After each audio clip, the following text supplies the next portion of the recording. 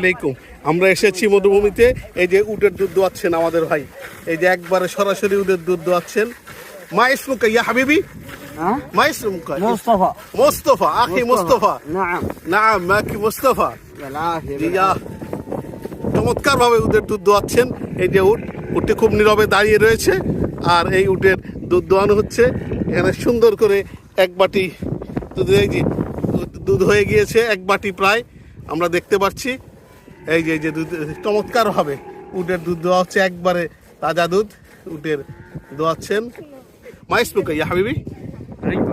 রুইবা। طيب طيب আর মুস্তাফা, আখি মুস্তাফা আর রাইব আব্দুল্লাহ।